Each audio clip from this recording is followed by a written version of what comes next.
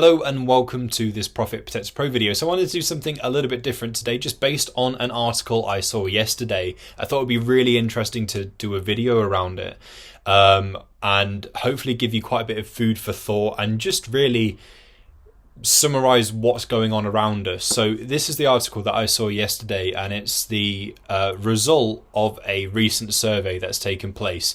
So I'll read it to you now. UK businesses cut jobs at fastest pace since 2009, bar the pandemic.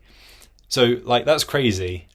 The survey results add to gloom about economy as employment levels fall. So that's nuts. You would have thought in today's day and age that that wouldn't be the case. Surely there's more opportunities than ever, right? However, I think in the normal working world, as people like to call it, like shops on the high street and so forth, I think things have changed a lot, and what solidified that is the obvious rise of AI and technology and so forth. If you look, it's not just that as well, by the way. There's obviously other contributing factors. I mean, we all know what the UK economy is like. I think I think unfortunately, the state of the economies of several countries are hanging on by a thread, if that, and it's really sad. And of course, I can really speak from UK experience alone, but I'm sure that some of this stuff also translates to other places as well, because it won't just be the UK in this case. But some of the reasons why that are, and of course some of these won't need going in depth with, because I think we all know, but as I say, the rise of AI and technology, that's a massive contributing factor. If you think about how many self-service checkouts there are in stores, for example, they are everywhere at this point, even in stores that I didn't think they would be in. For example, my local Morrison supermarket used to have 20 manned tills at one point, and there was only a couple of self-service ones, and that was it. However, over the past 2 years, I'd say the amount of man tills have decreased and decreased and decreased. Now there's only 5 left at the very end of the store. Used to occupy the entire space, now just a little bit. And the whole middle bit of the store is the scan as you go self-service checkouts, and the other ones are the ones where you just get all your stuff and you scan it all at the very end. So 75% of that space is now machinery. And if you think, say there was 20 man tills, there's now only 5 people manning those tills, and you've got one person managing the scan as you go section, one person managing the self-service section. Sometimes it's one between the two, and that's crazy. So what would have that space where it held 20 employees now 6 or 7? That's crazy. And yes, some of the others might go on to do other things in the store, but you know full well that a bunch of people lost their jobs with that. I've even seen it in small stores where it's really I wouldn't say it's necessary at all to have a self-service checkout, but there they are, and they've got one. It was I don't know if anyone's going to know this store. I think they're around here and there, but not everywhere. But there's a store called Flying Tiger, and I walked past it the other day, and they've only just introduced a self-service checkout. It's quite a small store as well. The one where I am, it's a really small Flying Tiger. And they had a desk at the end with 2 manned checkout things, and that whole section is gone. It's literally just 2 self-service checkouts at the end, and that is it. There's no desk anymore that's manned. That's completely gone, which I thought was absolutely crazy, but there we go. So that's what I mean. It's things like this that are happening around us. I mean, AI is a fantastic tool, but it is also contributing to that, and I think that's just how these things go. When computers were getting big, when the internet gets big, the businesses that were high street focused before and then couldn't adapt to getting an online shop and so forth, those shops struggled and a lot went under. It's just another one of these turning points, and it's about adapting. Unfortunately, in this case, it means that people are losing their jobs faster than ever, I think. And it that's really sad, especially since the cost of living is high and it continues to rise. And that's also another reason, because businesses are feeling these costs as well. Businesses shut over these costs, and businesses that are trying to survive have to find ways to cut costs. So things like letting employees go, that is one of the things that they will do. If you create a business and it's like a store on the high street or something, and you've hired a load of staff, and then you find that you are really struggling financially, are you going to let your business go under, or do you have to make the tough call and unfortunately let go of some of those employees to see if not forking out so much on wages is going to save your business? You don't know unless you try. And if you're trying to keep your business alive, unfortunately, some of those tough calls are things that you have to make. So it's things like that are happening all around us. That is like part of the reason why. I think those are some of the main reasons, but of course there'll be other bits and pieces that are happening as well that is causing this. And as I say, it's crazy to see in this state. Now, if you're thinking, what's this got to do with Amazon and so forth, I just thought, it was an interesting article to read and just to really talk about what's going on right now. I mean, I'd love to hear your thoughts on it, or what's going on around you in regards to this. But in regards to selling on Amazon and so forth, this fits kind of nicely with something that I've been seeing in some comment sections on social media and so forth, that little bit more where people are saying things like to people that are selling on Amazon, or like saying what the opportunity is and why they should get into it and so forth. People are saying stuff like, why would you want to put all of your eggs into the Amazon basket? If anything, I think it's safer to do that than to maybe go employed these days, because at the end of the day, yes, whilst you are using Amazon's platform, it virtually is your own business in a sense. Whereas if you are completely reliant on someone else, and that's your income stream, it's completely 100% reliant on someone else. And I know that that's kind of the case with Amazon as well.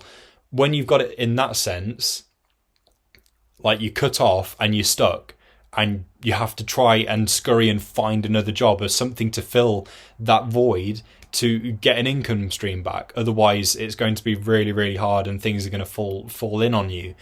And yes, with Amazon, there are risks, but I would actually say that there's less risk. And I think the bit that people are scared of is the odd occasions when Amazon do shoot first and ask questions later. Yes, they do. We know they do. But if you haven't actually done anything wrong, and you have the right plan of action in place to like reinstate your account and so forth, and you can provide everything that Amazon needs, then your account will be reinstated. It might cause a temporary disruption whilst you're trying to get things sorted, but that's something that you can potentially sort. And if you're following all of Amazon's rules, then you're all good. If you haven't like purposely broken any rule and you're constantly doing it over and over and over, like if you do that, then of course they're going to boot you off the platform. It's their game and we're players. But it's better to be a player in this game rather than just be a number. And that saying of, are you just a number when it comes to working for like some establishment, that literally comes from regular employment, as people call it. Because if you do need to get replaced, whereby it's like an environment where like you do get these environments in I think there's like quite a lot of workplaces that are like that now, where it kind of becomes like a soap opera, and it's all about the drama and who's doing this and who's doing that and blah blah blah blah blah, and it's all like a drama show. And then you could start the job and then people just decide that they don't like you just to cause some gossip and so forth, and then eventually that might lead to you being let go. I've heard of that happen in lots of different cases, and like it's so strange, but like that kind of thing happens. And if they get rid of you and then they can like replace you like that, so it's crazy. But that's where that saying comes from. Whereas like on Amazon, you are a player on that field. You're not just a number. Like you create your own business with Amazon as kind of like a centerpiece to it, or one of the centerpieces. And of course, Amazon is a massive company. Everyone knows who they are. As I say, online shopping is massive. You don't have to bother with like trying to get your business out there and noticed, because you're just listing stuff and reselling it on Amazon. Everyone knows what Amazon is. Everyone knows you can get everything from there. So like that seems to be the way. And when you get into this kind of space, And if you're relatively new to this space, hopefully you found this happening a bit more with yourself. But what I find tends to happen, it's not just me, but when you get into this space and you sort of start realizing the power behind selling on Amazon, and e-commerce and so forth, it sort of unlocks this entrepreneur sense, like spider sense, but entrepreneur. You sort of look at the world in a slightly different way, and you kind of like think about how you can monetize things, and your understanding of everything, I think it just gets that bit better. I don't know if that's the right word for it. You just develop and grow somehow. But one income stream, like just one, isn't enough these days. Like it's sad to say, but it isn't. And the solution isn't 100% to save money. Of course, like cut costs and save money where you can, where it makes sense to. But the solution isn't quite to save money. It's just to make more money. If you need that money for stuff, you need to make more money to cover that stuff and also keep yourself covered nicely as well. And so how do you do that? Selling on Amazon, you can scale your business using this arbitrage, wholesale, private label business model easily. If you put in the work, you keep going with it, you keep persistent, and you can scale your business to like incredible heights. I've talked to all manner of sellers. I know lots of sellers in this space. Just refer to my Buy What Pro interview sessions, just to like gauge this from other sellers as well. But you can go wherever you want to with Amazon. If you put the work in, if you've got that vision, and if you persist with it, then you can achieve whatever you want to achieve with it. And as I say, one income stream doesn't really tend to be enough these days, and it can be that is the risk.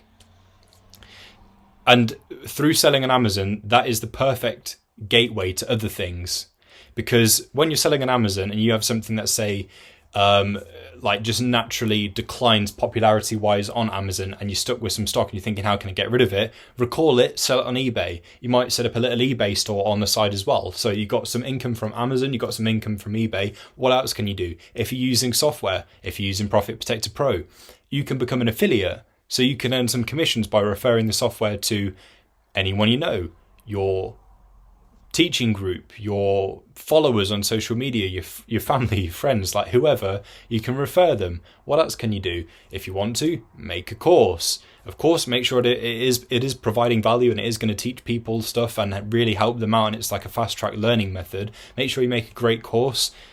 That time, that knowledge, that experience, putting it into a nice course is something that you can monetize. You can get into social media, you can document your journey, help people out, explain stuff. You can get into TikTok, you can get into YouTube, and eventually that might become something that you monetize. It might be that you do a bit of TikTok shop as well. Amazon is a nice like entry level gateway to other things as well, whilst also being a great thing in itself.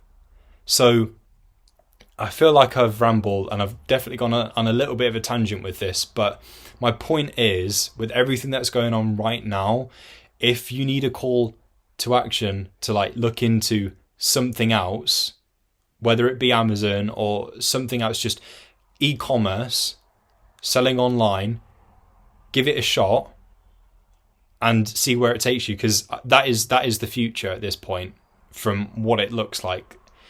So now is a great time to start. Like any time's a great time to start, but now I think is definitely a great time to start. If you're still selling on Amazon, if you are currently selling on Amazon, then keep going with it. You are doing a great job, and hopefully this just reinforces that you are doing the right thing for you, for unlocking that financial freedom and so forth. And yeah, like it's been I don't know what the right word is. Yeah, it's been a crazy video. That's probably not the right word, but I feel like we've touched bases on quite a few things here, and hopefully this has been an interesting one for you. I'd love to hear your thoughts. I'd love to hear what you think about certain aspects and so forth, like what you think is causing the decline in employment levels and so forth. And if you've got any Amazon success stories, I'd love to hear it all at any point, not just for this video, in any video. So if you have anything like that, please feel free to comment. Thanks for watching.